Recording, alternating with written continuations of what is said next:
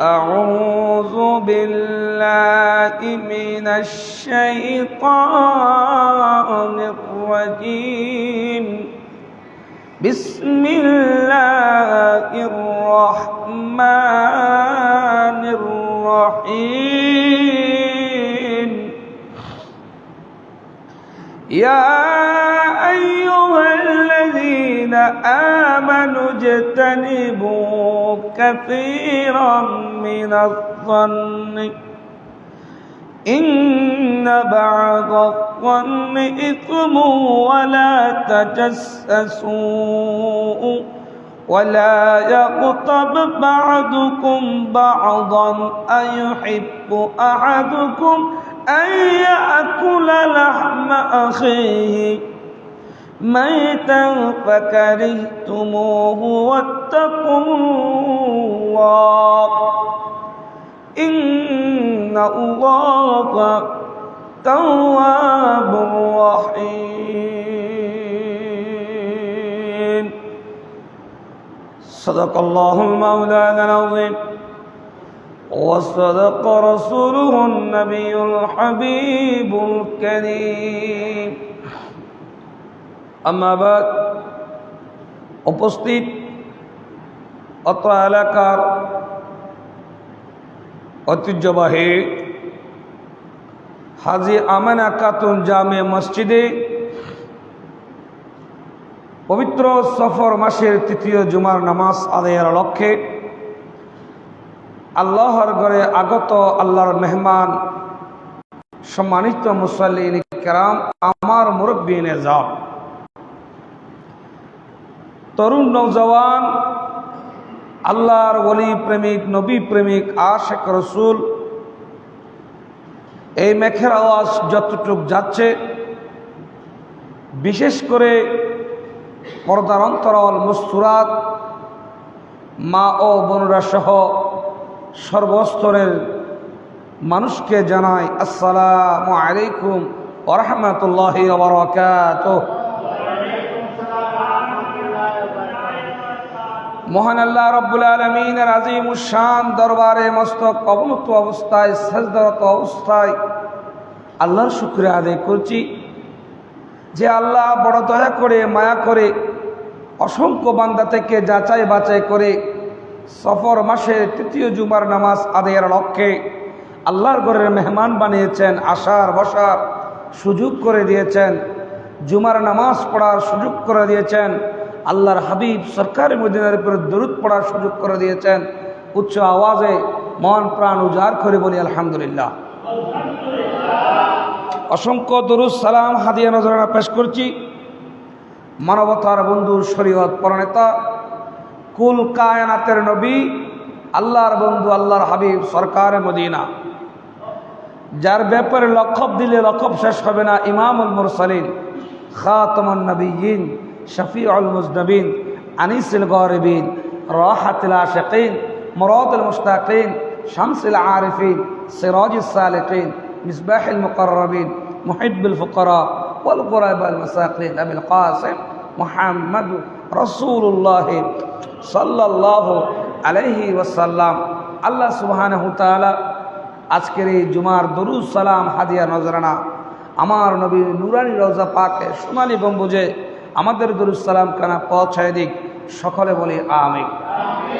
প্রিয় হাজিরিন, সম্মানিত মুসল্লিন কিরাম, আমি পবিত্র কোরআন কারিমের সূরাতুল হুজরাতের 122 নম্বর একখানা আয়াতে কারিমা তেলাওয়াত করেছি, যে আয়াতের পরিপ্রেক্ষিতে আজকের জুমার খুতবার বয়ান তাকরীর নির্ধারণ করা হবে, সে আলোকে তাকরীর করা হবে, বয়ান করা হবে। এই আয়াতের মধ্যে আল্লাহ সুবহানাহু ওয়া তাআলা ইরশাদ করেন, ইয়া আইয়ুহাল্লাযীনা আমানু ইজতানিবু, হে ঈমানদারগণ, ইয়া আইয়ুহাল্লাযীনা, হে ঈমানদারগণ, যারা আল্লাহকে ভালোবাসো, যারা নবীকে ভালোবাসো, রসুলকে মহব্বত করো, সাহাবায়ে কেরামকে মহব্বত করো, আউলিয়ায়ে কেরামকে মহব্বত করো, ঈমান মানুষে তোমরা অধিকাংশ অনুমান হতে, কিয়াস হতে, কুধারণা থেকে তোমরা নিজেকে বিরত রাখো। অন্যের প্রতি কুধারণা, কিয়াস করা, অনুমান করা, আন্তাজি কথা বলা থেকে নিজেকে দূরে রাখো। কাসীরাম মিনাজ-যন্নি ইন্না বা'দাজ-যন্নি, কারণ অনুমান কোন কোন ক্ষেত্রে পাপ, অনুমান কোন কোন ক্ষেত্রে কবিরা গুনাহ, অনুমান করে কথা বলাটা হারাম। ইসমু ওয়ালা তাজাসসু ওয়ালা তাজাসসু, অন্যের দোষ অন্বেষণ করতে যেও না, নিজের দোষকে সংশোধন করো। ওয়ালা ইসমুন ওয়ালা তাজাসসু, অন্যের দোষ অন্বেষণ করো না, অন্যকে নিয়ে গাটাকাটি করিও না, অন্যের পিছনে লেগে থেকো না। তাজাসসু, নিজের দোষকে সংশোধন করো, নিজের অপরাধের জন্য উত্তপ্ত হও। ওয়ালা ইয়াগতাব বা'দুকুম বা'দা, ওয়ালা ইয়াগতাব বা'দুকুম বা'দা,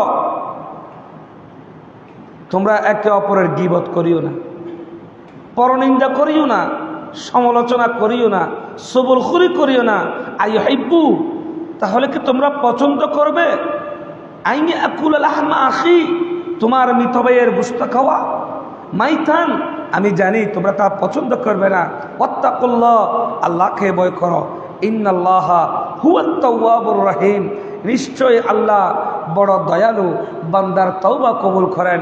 উচ্চ সুরে বলি সুবহানাল্লাহ। উক্ত আয়াতে কারিমা থেকে সহজ সরল অনুবাদ একথা বোঝা যায়, হে ঈমানদাররা, তোমরা মানুষের প্রতি কুধারণা করিও না, তোমরা মানুষের গীবত করিও না, পরনিন্দা করিও না। এ মুসলমান, অন্যের দোষ অন্বেষণ করো না। যদি মানুষের গীবত করো, মানুষের দোষ অন্বেষণ করো, অন্যের পিছে তোমরা লেগে থাকো, কুধারণা করো, তাহলে কি তোমরা তোমাদের মৃত ভাইয়ের গোশত খেতে পছন্দ করবে? আল্লাহ তার জবাব দিচ্ছেন, মাইতান ফাকারিহতুমু, আমি জানি তোমরা এটা পছন্দ করবে না। কেন? মাইতান ফাকারিহতুমু ওয়াত্তাকুল্লাহ, আল্লাহকে ভয় করো। ইন্নাল্লাহা হুয়াত তাওয়াবুর রহিম, আল্লাহ তোমাদের গুনাহগুলো ক্ষমা করবেন। উচ্চ সুরে বলি সুবহানাল্লাহ। এই আয়াতের পরিপ্রেক্ষিতে আজকের বয়ান তাকরীর,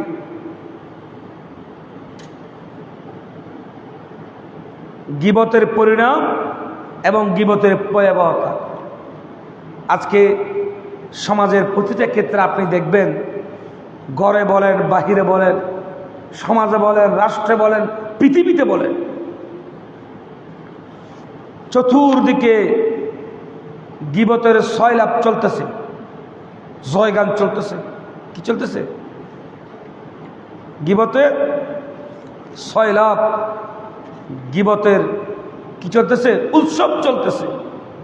ঘরে বলেন গীবতের উৎসব, দোকানে বলেন গীবতের উৎসব, সমাজে বলেন গীবতের উৎসব, রাষ্ট্রে বলেন গীবতের উৎসব, সারা পৃথিবীতে বলেন গীবতের উৎসব। রাসূল করিম সাল্লাল্লাহু আলাইহি সাল্লাম এই গীবত বর্তমান সমাজে এমন আকার ধারণ করেছে, যেটা মরণবিধি রোগ, ক্যান্সারের চাইতে মারাত্মক সমাজে ধারণ করেছে। অথচ মানুষ এই গীবত সম্পর্কে ন্যূনতম কোনো ধারণা নাই। আজকে ইনশাআল্লাহ কোরআন এবং হাদিসের আলোকে গীবতের উপরে অতি সংক্ষেপে গীবতের বিধান, গীবতের হুকুম, কি কি বলা যায়, কি কি বলা যায় না, এগুলো কোরআন হাদিসের আলোকে বয়ান তাকরীর করব। আল্লাহ সুবহানাহু ওয়া তাআলা আমাদের শ্রবণ করার তৌফিক দান করুক। সকলে বলে আমিন। আমি যখন বয়ান তাকরীর করি, আমি চিন্তা করি যে যাতে আমার জবানটা দ্বারা, আমার কথা দ্বারা মানুষ উপকৃত হয়, সেই চিন্তা ধারণা মাথায় রেখে বয়ান তাকরীর সাবজেক্টের উপরে কথা বলার চেষ্টা করি। আল্লাহ সুবহানাহু ওয়া তাআলা আমাদের প্রত্যেককে শ্রবণ করার তৌফিক দান করুক। সকলে বলি আমিন। গীবত কাকে বলে? পরনিন্দা কাকে বলে? আপনাকে বুঝতে হবে আগে গীবত কাকে বলে। যদি আপনার কোনো ভাইয়ের অনুপস্থিতিতে, কোনো মুসলমানের অনুপস্থিতিতে তার পিছনে গিয়ে সে কষ্ট পায়, এমন সমালোচনা করে, এটাকে গীবত বলা হয়। এটাকে কি বলা হয়? গীবত বলা হয়। ধরলাম তার মধ্যে দোষ আছে, তাও যদি গীবত করে, তাও যদি দোষের কথা বলে, সেটা কোন পর্যায়ে বিবেচনা করে দোষ আছে তাও আপনি বর্ণনা করলেন, তার পিছনে, সামনে নয়। সামনে যদি করেন এটা কখনো গীবত হবে না। দোষ আছে আপনি পিছনে করলেন, এটা গীবত। দোষ নাই পিছনে করলেন, এটার নাম অপবাদ। গীবত আর অপবাদ বুঝতে হবে, গীবত আর অপবাদ বুঝতে হবে। তাহলে প্রথম নম্বর হলো গীবত কাকে বলে? আপনার মধ্যে দোষ আছে যা অন্য কেউ আপনার পিছনে আলোচনা করেছে, যা আপনি শুনলে কষ্ট পাবেন, তাকে গীবত বলা হয়। আপনার মধ্যে দোষ আছে যা আপনার সামনে বলা হয়েছে, তাকে গীবত বলা হয় না। তাকে কি বলা হয় না? গীবত বলা হয় না। কিন্তু আপনার মধ্যে দোষ নেই, কি অপরাধ নাই, আপনাকে দোষ দেওয়া হলো, এটাকে বলা হয় অপবাদ। এটাকে কি বলা হয়? অপবাদ বলা হয়। সেজন্য আল্লাহ সুবহানাহু ওয়া তাআলা কত সুন্দর করে কোরআনুল কারীমে বলেন, ওয়ালা তাজাসসু, তোমরা কুদারণা করিও না, ওয়ালা ইয়াক্তাব বা'দুকুম বা'দা, তোমরা একে অপরের গীবত করিও না, একে অপরের সমালোচনা করো না, অন্যের পিছে লেগে থেকো না, অন্যের দোষ অন্বেষণ করো না। ও আল্লাহর বান্দা, নিজেকে সময় দাও, নিজেকে চিনো, নিজেকে সংশোধন করো। আল্লাহর আদালতে, ইনসাফের আদালতে নিজেকে আসামি বানাইও না। উচ্চ সুরে বলি সুবহানাল্লাহ। আল্লাহুম্মা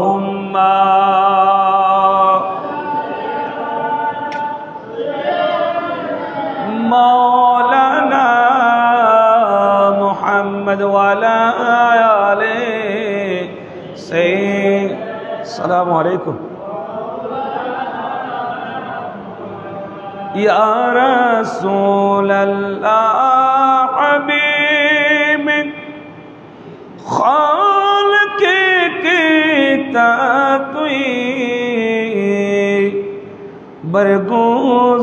বরগুজিদার জুল জালালে পাক বেহম তা তু এ আল্লাহুম্মা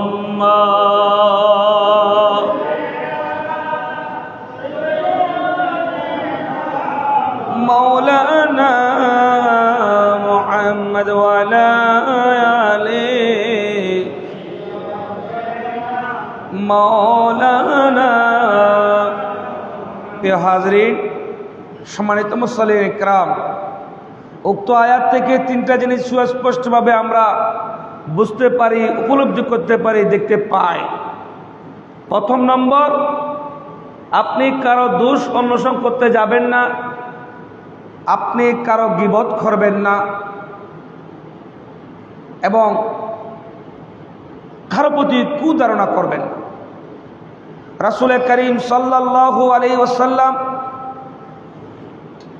আল্লাহর হাবিব, মুসলিম শরীফের ৬,৭৫৮ নম্বর হাদিসের মধ্যে আল্লাহর হাবিব সরকারে মদিনা ইমামুল মুরসালিন আমার নবী হাদিসে কারিমার মধ্যে ইরশাদ করেন, সরকারে মদিনা হাদিসে কারিমার মধ্যে ইরশাদ করে, গীবতের সংজ্ঞা দিতে গিয়ে আল্লাহর হাবিব বলেন, আল গীবাতু আশাদ্দু মিনাজ জিনা, অন্যের পিছনে কথা বলাটাকে আমরা যতটুকু তুচ্ছ মনে করেছি, এটাকে জিনার সাথে সমতুল্য করা হয়েছে। আপনি আফসোসের বিষয় কোনটা জানেন আপনারা? সেটা হলো, আমরা এমন একটা সায়াতি জাবানুল লা ইয়াবকা, এমন একটা ইসলামের মধ্যে আমাদের অবস্থান, যে ইসলামে মিনাল কোরআনি ইল্লা রাসমুহু, যে কোরআন থাকবে শুধুমাত্র লিখনির মধ্যে থাকবে। ওয়ালা ইয়াবকা জাবানুল লা ইয়াবকা মিনাল ইসলাম ইল্লা রাসমুহু, এমন এক ইসলাম থাকবে যে ইসলামের মধ্যে ইসলাম থাকবে শুধুমাত্র নামের মধ্যে থাকবে, সুন্নতের বাস্তবায়ন থাকবে না, রাসূলুল্লাহর আদর্শ মুখে থাকবে, অন্তরে থাকবে না, এর নাম ইসলাম নয়। আল্লাহর হাবিব সরকার মদিনা কি বলেন? লাকাদ কানা লাকুম ফি রাসূলিল্লাহি উসওয়াতুন হাসানা, আল্লাহর নবীর আদর্শ, আল্লাহর নবীর আদর্শ যারা অন্তরে ধারণ করেন, বহন করেন, কিয়ামত পর্যন্ত যারা রাসূলুল্লাহর আদর্শকে জান্ডাকে যারা বলন্দ করেছেন, যারা ধরে রেখেছেন, আল্লাহ সুবহানাহু ওয়া তাআলা আল্লাহুম্মা জাআল ফি কলবি নূরা, আল্লাহ তাদেরকে কলবকে নূর বানিয়ে দিয়েছেন। উচ্চ সুরে বলি সুবহানাল্লাহ। আল্লাহ কি করেছে তাদের কলবকে? আল্লাহুম্মা জাআল ফি কলবি নূরা ওয়া জাসাদি নূরা ওয়া সামিঈ নূরা ওয়া বাসারি নূরা ওয়া ফাওকি নূরা ওয়া তাহতি নূরা ওয়া ইমামি নূরা। আল্লাহুম্মা ফি বাদানি, আল্লাহুম্মা আফিনি ফি বাদানি, আল্লাহুম্মা আফিনি ফি জাসাদি, আল্লাহুম্মা আফিনি ফি সামঈ বাসারি কলবি ইমামি। আল্লাহর হাবিব বলেন, যারা রাসূলুল্লাহর আদর্শকে ভালোবেসেছেন, মহব্বত করেছেন, অন্তরে ধারণ করেছেন, তাদের কলব নূর, তাদের অন্তর নূর, তাদের কান নূর, চোখ নূর, এভাবে সমস্ত অঙ্গ প্রত্যঙ্গ নূর হয়ে যায়। কিয়ামতের ময়দানে আল্লাহ সুবহানাহু ওয়া তাআলা তাকে সেই নূরের জ্যোতিতে ইনদাস সিরাতি, ইনদাল মিজানি, ইনদাল হাউজি, হাউজে কাউসার বলেন, মিজান বলেন, ফুল সিরাত বলেন, সেই আলোতে সে আলোকিত হয়ে সে পার হবে। উচ্চ সুরে বলি সুবহানাল্লাহ। প্রিয় হাজরিন, রাসূল করিম সাল্লাল্লাহু আলাইহি সাল্লাম বলেন, আল তাইবাতু আশাদ্দু মিনাজ জিনা। আজকে পরিবার বলেন, সমাজ বলেন, রাষ্ট্র বলেন, এই বিষয়ের উপরে সবাই ডুবে আছে। দেখেন না, সারা জীবন নামাজ পড়ে কিন্তু গীবত ছাড়তে পারে না। আল গীবাতু আশাদ্দু মিনাজ জিনা। কিলা ওয়া কাইফা ইয়া রাসূলুল্লাহ, ইয়া রাসূলুল্লাহ, গীবত কিভাবে জানার সমতুল্য হয়? গীবত কি জানার চাইতে কি মারাত্মক কিভাবে হয়? আল্লাহর হাবিব সরকারে মদিনা হাদিসে কারীমের মধ্যে ইরশাদ করা বলেন, ক্বালা রাজুলু ইয়াসনি সুম্মা ইয়াতুবু ফায়াতুবুল্লাহু আলাইহি ওয়া ইন্না সাহিবাল গায়বাতি লা ইয়াগফিরুহু হাত্তা ইয়াগফির লাহু সাহিবুহু। কোন আল্লাহর বান্দা যদি জানা করেন, আল্লাহ চাইলে তাকে ক্ষমা করতে পারেন যদি সে তওবা করে। তওবাটা কি হতে হবে? তাওবাতান নাসুহা। কোনো বান্দা গুনাহ করলো, অনুতপ্ত হলো, লজ্জিত হলো, অপমানিত হলো, চোখের পানি ছেড়ে দিয়ে আল্লাহর কাছে তওবা করলো।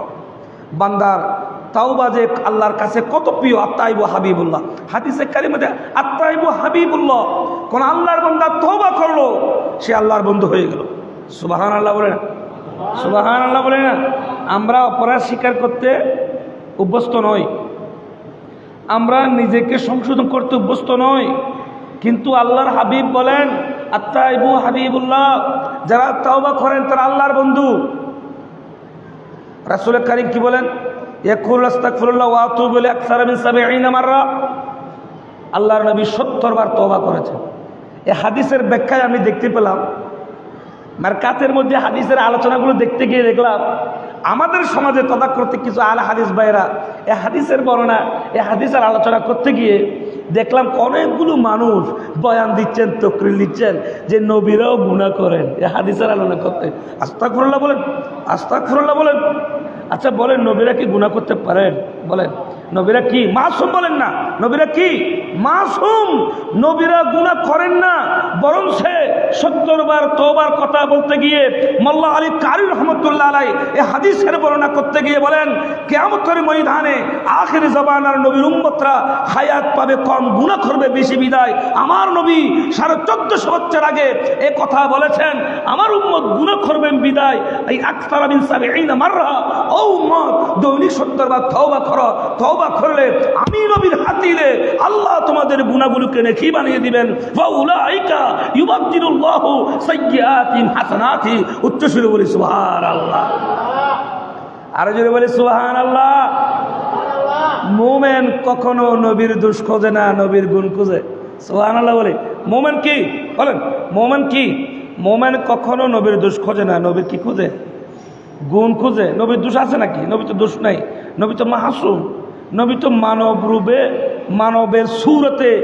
মানবের সুরতে এই জগতে এসেছে আমাকে আপনাকে হাসান করার জন্য। জোরে বলি না সুবহানাল্লাহ। আল গায়বাতু আশাদ্দু মিনাজ জিনা। আল্লাহর নবী সরকারে মদিনাকে প্রশ্ন করা হলো, ইয়া রাসূলুল্লাহ, ও আল্লাহর নবী, কিভাবে জানার চাইতে মারাত্মক হয়? আমার নবী বলেন, ও উম্মত শুনো, কোন বান্দা যদি গুনাহ করেন, কোন বান্দা যদি জিনা করে, ওই জিনার গুনাহ আল্লাহ চাইলে ক্ষমা করতে পারেন। গীবত করার কারণে বান্দার হক নষ্ট হয়, গীবত করার কারণে জিনা হয়, গীবত করার কারণে বান্দার দোয়া কবুল হয় না, গীবত করার কারণে বান্দার আমল নষ্ট হয়ে যায়, গীবত করার কারণে আল্লাহ এবং তার রাসূল কষ্ট পায়। সুতরাং গীবত জিনার চাইতে মারাত্মক। জিনার গুনাহ মাফ হইল, গীবতের গুনাহ কখনো মাফ হয় না। যদি আল্লাহ রাব্বুল আলামিন সেই বান্দার উপর দয়া করেন, যার গীবত করবেন তার কাছ থেকে যদি ক্ষমা চান, আল্লাহ সুবহানাহু তাআলা আপনাকে ক্ষমা করবেন। জোরে বলি সুবহানাল্লাহ। অপর হাদিসের মধ্যে রাসূল করিম সাল্লাল্লাহু আলাইহি সাল্লাম অপর হাদিসের মধ্যে কি বলেন? হাদিসে কারিমের মধ্যে রাসূল করিম সাল্লাল্লাহু আলাইহি সাল্লাম বলেন, আতদরুনা মাল গীবাতু, ইয়া রাসূলুল্লাহ গীবত কাকে বলেন? ক্বালু আল্লাহু ওয়া রাসূলুহু। সাহাবায়ে কেরাম জিজ্ঞেস করতেছে গীবত কাকে বলে? ওরা বলছে গীবত বলেন যা বলেন সেটা আল্লাহু আ'লামু ওয়া রাসূলুহু, আল্লাহ এবং রসুল ভালো জানেন। সুবহানাল্লাহ বলে, আল্লাহ এবং রসুল ভালো জানেন। একজন সাহাবায়ে কেরামের পায়ের দুল সমস্ত পৃথিবীর কোন ব্যক্তি, কোন বুজুর্গ দিনের হবে না। আজকে আমরা সেই সাহাবীদের দোষ ধরতে চাই, ঠিক না? বলেন, সাহাবায়ে কেরামরা বলতেছেন আল্লাহু আ'লামু ওয়া রাসূলুহু, রাসূল আপনি সব জানেন। সুবহানাল্লাহ বলে, কেমন বিশ্বাস, কেমন তাজিম, কেমন মোহব্বত, কেমন ইশকে মুস্তাফা। আল্লাহু আকবার বলেন। আল্লাহু আ'লামু ওয়া রাসূলুহু, আল্লাহর নবী আপনি ভালো জানেন। ক্বালা যিকরুকা আখাকা বিমা ইয়াকরাহু, যদি আপনার কোন ভাইয়ের, কোন মুসলমানের যদি আপনি পিছনে গীবত করেন, কথা বলেন, যে দোষ তার মধ্যে আছে তারপরও আপনি কথা বলেন, তার বিরুদ্ধে যা সে অপছন্দ করেন, এমন কথা বলা, আখাকা বিমা ইয়াকরাহু, আল্লাহর হাবিব বলেন সেটাকে গীবত বলেন। কিলা আরাইতা ইন كان في أخي ما أقول قال إن كان ما فيه تقول فقد اغتبأوا وإن لم يكن فيه ما تقول। আল্লাহর হাবিব বলেন যদি তার মধ্যে সেই দোষ থাকে, সেই দোষ যদি আপনি আলোচনা করেন তা গীবত হয়, যদি না থাকে তারপরে বলেন তাকে অপবাদ বলা হয়। গীবত যে করে তারও মজা লাগে, যে শুনে তারও মজা লাগে। কেন? এটা হারাম, হারাম আরাম বেশি। হারাম কি বলেন না? হারাম আরাম বেশি। এই মারাত্মক কবিরা গুনাহ আজকে সমাজের রন্ধ্রে রন্ধ্রে, মানুষের ঘরে ঘরে ঢুকে গিয়েছে। আল্লাহর কাছে পানা চাওয়া দরকার, আল্লাহর কাছে ক্ষমা চাওয়া দরকার। এই গীবতের গুনাহ থেকে যেতে আল্লাহ সুবহানাহু ওয়া তাআলা আমাদেরকে হেফাজত করেন। গীবতের ক্ষতির মধ্যে যে সমস্ত ব্যক্তি অন্যের সমালোচনা নিয়ে পড়ে থাকেন, আমরা মানুষের দোষ ডাকতে চাই না, মানুষের দোষ ওপেন করতে চাই। কি আমরা মানুষের গুণ নিয়ে কথা বলি না, মানুষের খারাপ দিক নিয়ে কথা বলি। অথচ একটা মানুষের জীবন খারাপ এবং ভালো দুটোটা মিলে কি মিশ্রিত জীবন। যারা গীবত করে, যারা পরনিন্দা করে, ওই সমস্ত ব্যক্তির আল্লাহ করেন না। ওই সমস্ত ব্যক্তি তাদের চেহারা থেকে নূর চলে যায়, তাদের আমলনামা। আপনি কোনো ব্যক্তির গীবত করলেন, গীবত করাতে আপনার আমলনামা নষ্ট হয়ে যাবে। আপনি যার গীবত করবেন তার কাছে আপনার নেকি বলে চলে যাবে।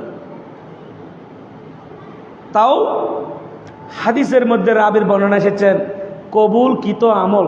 কি কবুলকৃত আমল? সাবধান মুসলমান, ইয়াকুম ওয়াল হাসাদে ফাইন্নাল হাসাদা ইয়াকুল হাসনাতি কামা তাকুলুন নারুল হাতাবা।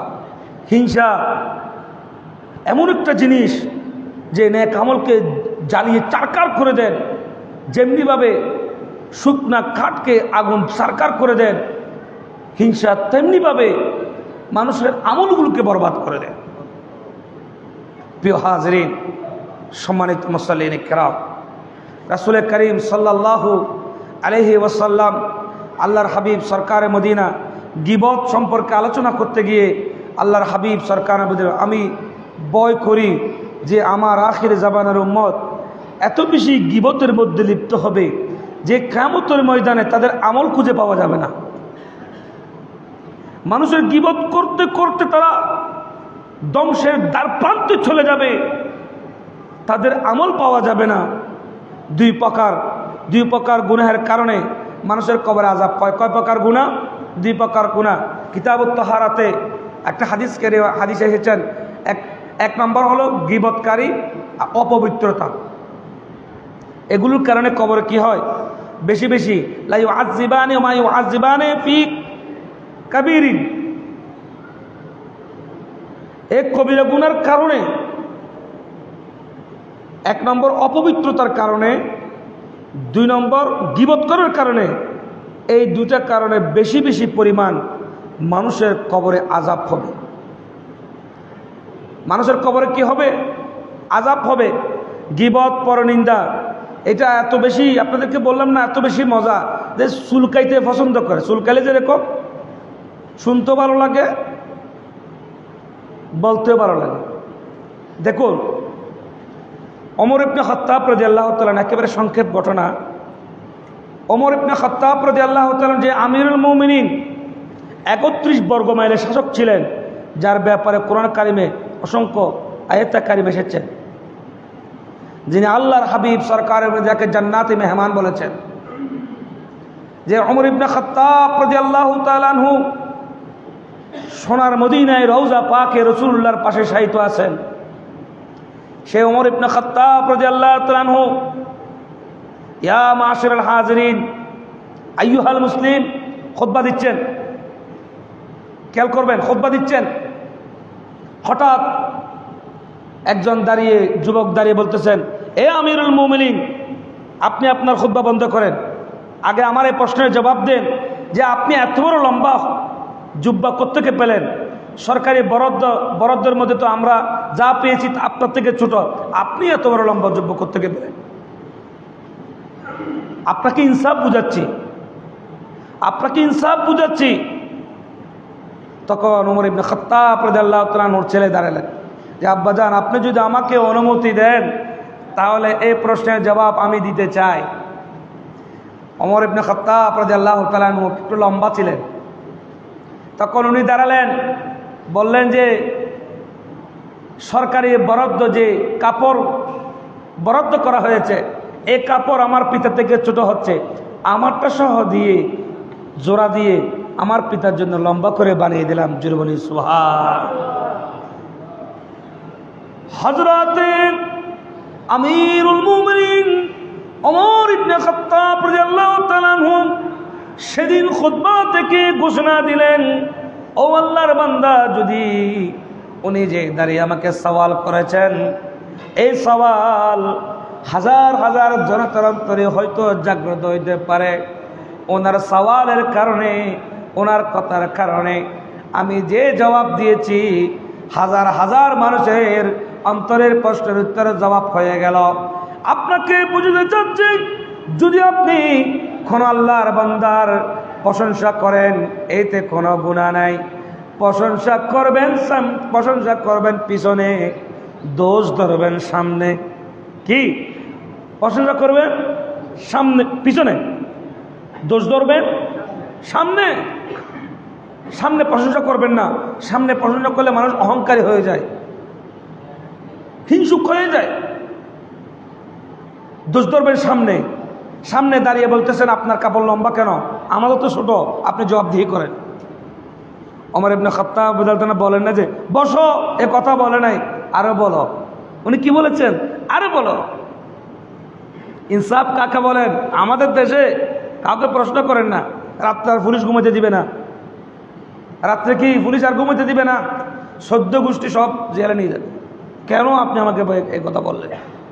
আর ওমর ইবনে খাত্তাব রাদিয়াল্লাহু তাআলা কত সুন্দর করে বললেন যে সরকারি বরাদ্দ আমার যেটা দিয়েছে আমার ছোট হয়েছে, আমার ছেলেটা সহ দিয়ে আমি লম্বা করেছি। সুবহানাল্লাহ বলি। আল্লাহুম্মা সাইয়্যিদিনা মাওলানা ওয়া আলা আলি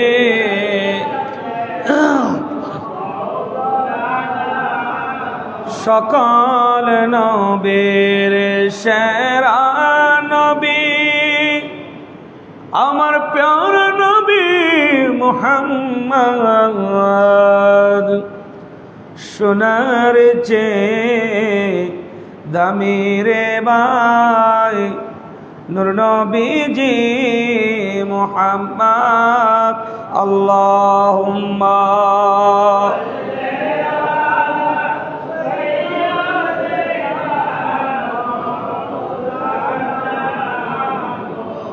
ওয়ালা আলি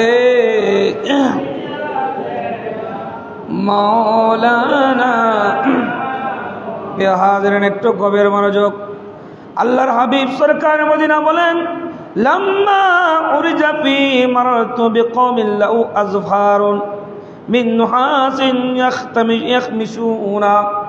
আল্লাহর নবী বলেন, আমি যখন মেরাজে গেলাম, আল্লাহ সুবহানাহু ওয়া তাআলা যখন মাকামের মেহমান বানালেন, আমি দেখতে পেলাম এক শ্রেণীর মানুষ তাদের নখগুলো দিয়ে শরীর আঁচড়াচ্ছেন, মাংসগুলো খুলে নিচ্ছেন। আল্লাহর হাবিব বলেন, ইয়া জিবরাইল ক্বালা হাউলাইল্লাযীনা ইয়াকুলুনা লুহুমান নাস। এই জিবরাইল, তারা কারা? যারা নিজের শরীর আঁচড়াচ্ছেন, মাংস খুলে ফেলতেছে, তারা কারা? জিবরাইল আলাইহিস সালাম আল্লাহর নবীকে জবাব দিচ্ছেন, ইয়া রাসূলুল্লাহ, এরা হলেন তারা যারা দুনিয়ায় মানুষের সমালোচনা করত, পরনিন্দা করত। এখন কথা হলো, গীবতের মাধ্যমগুলো কি? আপনি কি সত্য কথা বলবেন না? ন্যায় কথা বলবেন না? ন্যায়ের পক্ষে থাকবেন না? হক কথা বলবেন না? তো হক কথা বললে কি তখন কি গীবত হবে? বলেন, গীবত হবে? আপনি কোনো অন্যায় দেখলেন, তো অন্যায়ের প্রতিবাদ করা কি? বলেন, অন্যায়ের প্রতিবাদ করা ঈমানের অংশ। বলেন, কি বলেন? ঈমানের অংশ। বলেন, যে অন্যায়ের প্রতিবাদ করতে পারে না সে মুমিন নয়। 3 দফা প্রতিবাদ করতে হবে। লাসানান, কলবি, ইয়াদিহি, হাত, জিহ্বা, কলব। হাত দ্বারা, জিহ্বা দ্বারা, কলব দ্বারা, ঘৃণার মাধ্যমে অন্যায়ের প্রতিবাদ করতে হবে। তাহলে মাধ্যমগুলো কি? 1 নম্বর জিহ্বা। মাশকাত শরীফে একখানা হাদিসে কারিমা মা বাইনা রাজুলাই আতমানু লাহুল জান্নাহ। যারা মুখ এবং দুই চোয়ালের মধ্যবর্তী স্থান, লজ্জাস্থান হেফাজত করতে পারেন, আতমানু লাহুল জান্নাহ। যে সমস্ত আল্লাহর বান্দা আমার উম্মত তাদের জবানকে, জিহ্বাকে হেফাজত করতে পেরেছেন, লজ্জাস্থানকে হেফাজত করতে পেরেছেন, ওয়াল্লাহি আল্লাহর হাবিব বলেন, আতমানু লাহুল জান্নাহ, কিয়ামতের ময়দানে জান্নাতের জিম্মাদার স্বয়ং আমি নবী হব। উচ্চ সুরে বলি সুবহানাল্লাহ। আতমানু বলেছেন, লাহুল জান্নাহ বলেছেন, জান্নাতের জিম্মাদারি হবে। কলব দ্বারা ঘৃণা করা, ইশারা ইঙ্গিতের মাধ্যমে মানুষকে গীবত করা, শুধু মুখের মাধ্যমে নয়, লেখনের মাধ্যমে গীবত করা। গীবতের অনেকগুলো মাধ্যম আছেন, অনেকগুলো ধরন আছেন। মানুষকে কাটো করে দেখা, তুচ্ছ তাচ্ছিল্য করা। একজন মানুষ চাচ্ছেন একজনকে টেনে নেমে ফেলার জন্য। আপনারা সূরাত ইউসুফ, কোরআনে কারিমে একটা সূরা আছে ইউসুফ। হযরত ইউসুফ আলাইহিস সালামকে তারা 11 ভাই মিলে কানানের একটা কূপের মধ্যে নিক্ষেপ করলেন। বান্দা চাচ্ছেন তাকে নিক্ষেপ করে হত্যা করার জন্য, কিন্তু আল্লাহ তাকে মিশর আজিজ বানিয়ে দিলেন। সুবহানাল্লাহ। কেউ গীবত করলে, কেউ জুলুম করলে, কেউ অত্যাচার করলে সবর করুন, ধৈর্য ধারণ করুন। আল্লাহ সুবহানাহু ওয়া তাআলা ইউসুফ আলাইহিস সালামকে কানানের কূপ থেকে যেমনিভাবে মিশর আজিজ বানাইতে পারেন, কোন আল্লাহর বান্দাকে যদি কোনো বান্দা যদি হিংসা করেন, গীবত করেন, দমিয়ে রাখতে চায়, তাকে অত্যাচার করতে চায়, আল্লাহ তার পক্ষ হয়ে যায়। আল্লাহ তার পক্ষ হয়ে আল্লাহ তাকে মকাম বৃদ্ধি করেন। জোরে বলি সুবহানাল্লাহ। এখন কথা হলো, হুজুর আমরা কি সত্য কথা বলবো না? আমরা কি ন্যায় কথা বলবো না? সেজন্য হারাম গিবত, ওয়াজিব গিবত পার্থক্য বুঝতে হবে আপনাকে। হারাম গিবতের সংজ্ঞা দিচ্ছে আপনাকে, কারো পিছনে এমন কথা বলা যা সে অপছন্দ করে, এটাকে আল গীবাতু আসাদ্দু মিনাজ জানা বলা হয়। আর ওয়াজিব গিবত কি? ওয়াজিব গিবত হচ্ছে হকের পক্ষে, ন্যায়ের পক্ষে, সত্যের পক্ষে দাঁড়িয়ে সত্য কথা বলা, দোষ থাকলে সত্য কথা বলা, এটাকে বলা হয় ওয়াজিব গিবত। ওয়াজিব হাদিসের রাবিরা, মুহাদ্দিসগণ হাদিসের রাবি দোষ না ধরলে আপনি দয়ীফ হাদিস সহিহ হাদিস আপনি পার্থক্য করতে করবেন। হাদিসের রাবিরা তো দোষ ধরেছেন বিদায়, হাদিস যাচাই বাছাই করেছেন বিদায় জয়ীফ আর সহিহ হাদিস ওনারা সেক্ষেত্রে কি আপনি কি তখন গীবত বলবেন? বলেন, তখন কি আপনি গীবত বলার কোনো সুযোগ আছে? তাহলে সেটাকে বলা হয় মুহাদ্দিসগণ হাদিসের যাচাই বাছাই করা। জি জি, আচ্ছা ইনশাল্লাহ অবশ্যই কথা বলবেন। আমি দাওয়াত ইসলামকে ব্যক্তিগতভাবে অনেক বেশি ভালোবাসি। আমি ব্যক্তিগতভাবে দাওয়াত ইসলামকে অনেক বেশি মহব্বত করি, কারণ আমি বিশ্বাস করি কথা তাদের মাধ্যমে মানুষের দিলে আজকে মুস্তাফা জাগ্রত হয়। সুবহানাল্লাহ বলে অবশ্যই কথা বলবেন। আমি আমার আলোচনা শেষ করে দিচ্ছি। তার পূর্বে আপনাদেরকে বলতে চাচ্ছি, তাহলে ওয়াজিব গীবত হলো যখন আপনি সত্য একটা নিয়ে কথা বলবেন, সেটা কখনো গীবত হবে না। কি হবে না? গীবত হবে না। হাদিসের রাবিগণ যদি দুষ্বর্ণনা না করতেন, আপনি সহিহ হাদিস জয়ীফ হাদিস কীভাবে চিনতেন? আপনি বলেন, চিনার কোনো সুযোগ আছে? নাই। হকের পক্ষে, ন্যায়ের পক্ষে, সত্যের পক্ষে কথা বললে কখনো গীবত হয় না। কোনো স্বৈরাচার বলেন, জালেমের দোষ তুলে ধরা, জানিয়ে দেওয়া, বিচারের জন্য আল্লাহর আদালত বলেন, ইনসাফের আদালত দাঁড়িয়ে কথা বলা, এটা কখনো গীবত হয় না। বরং সে ন্যায়ের পক্ষে, হকের পক্ষে, সত্যের পক্ষে কথা বলার কারণে আল্লাহ সুবহানাহু ওয়া তাআলা বীর হিসেবে তাকে উপাধি দেন। উচ্চ সুরে বলি সুবহানাল্লাহ। মানুষ কি কি কারণে গীবত করেন বলেন? হিংসার কারণে, রাগের কারণে, ক্রোধের কারণে, কারো উন্নতি দেখলে মানুষ গীবত করেন। আজকে জুমার খুতবা থেকে আপনাদেরকে কথা আপনাদেরকে মেসেজ দিচ্ছি যে সর্ব অবস্থায় গীবত থেকে কীভাবে বাঁচা যায় সে চিন্তা করবেন। মানুষের প্রশংসা করলে তো গুনাহ নাই, গুনাহ আছে নাকি বলেন? মাল্লাম ইশকুরুল্লাহ ওয়ালা ইশকুরুন নাস। আজীব ব্যাপার, আপনি যখন যেখানে গীবত হবে সেখান থেকে আপনি সরে যাবেন। গীবত বলাটা যেমন অপরাধ, শোনাটাও অপরাধ। শোনাটাও অপরাধ। মনে করবেন অন্যের যেখানে সমালোচনা হচ্ছে সেখানে আপনি জানা করতেছেন। কথাটা যদিও বা কঠোর, কোরআন আপনাকে সেই বিধান দিয়েছেন। গীবত থেকে বাঁচার উপায় কি? মানুষের প্রশংসা করবেন। গীবত থেকে বাঁচার উপায় কি? নিজের দোষ নিজে অন্বেষণ করবেন, অন্যের দোষ নয়। অন্যের দোষ দেখার চেষ্টা করবেন, নিজের দোষ সংশোধন করার চেষ্টা করবেন। আল্লাহ সুবহানাহু ওয়া তাআলা আমাদের প্রত্যেককে বোঝার তৌফিক দান করুক, সকলে বলে আমিন। আসন্ন পবিত্র ঈদে মিলাদুন নবী সকলে বলে সাল্লাল্লাহু আলাইহি ওয়াসাল্লাম। আল্লাহর নবীর মিলাদুন নবীতে আমরা খুশি না বেজার? বলেন, খুশি না বেজার? খুশি না বেজার? সে যে রসুল করিম সাল্লাল্লাহু আলাইহি ওয়াসাল্লাম, আল্লাহর হাবিব দুনিয়ার বুকে তশরিফ এনেছেন, ইউখরিজুকুম মিনাস সুলুমাতি ইলান নূর। আমার নবীর আগমনে সমগ্র জগৎ আলোকিত হয়েছে, সমুদ্রের পর্যন্ত বুঝেছে। সুবহানাল্লাহ বলে। জি, সেজন্য আসন্ন মিলাদ নবী উপলক্ষে অত্র এলাকাতে মাহফিল হবে, মসজিদ সাজানো হবে। মুসল্লিরা তার উদ্যোগ নেবেন, আপনারা উদ্যোগ নেবেন। এই এলাকা থেকে মিলাদুন নবী কীভাবে হবে, মসজিদ কীভাবে সাজাবেন, এলাকা কীভাবে সাজাবেন, মুসল্লি কেরামের দায়িত্ব দিলাম। আল্লাহ সুবহানাহু ওয়া তাআলা আমাদের বোঝার তৌফিক দান করুক।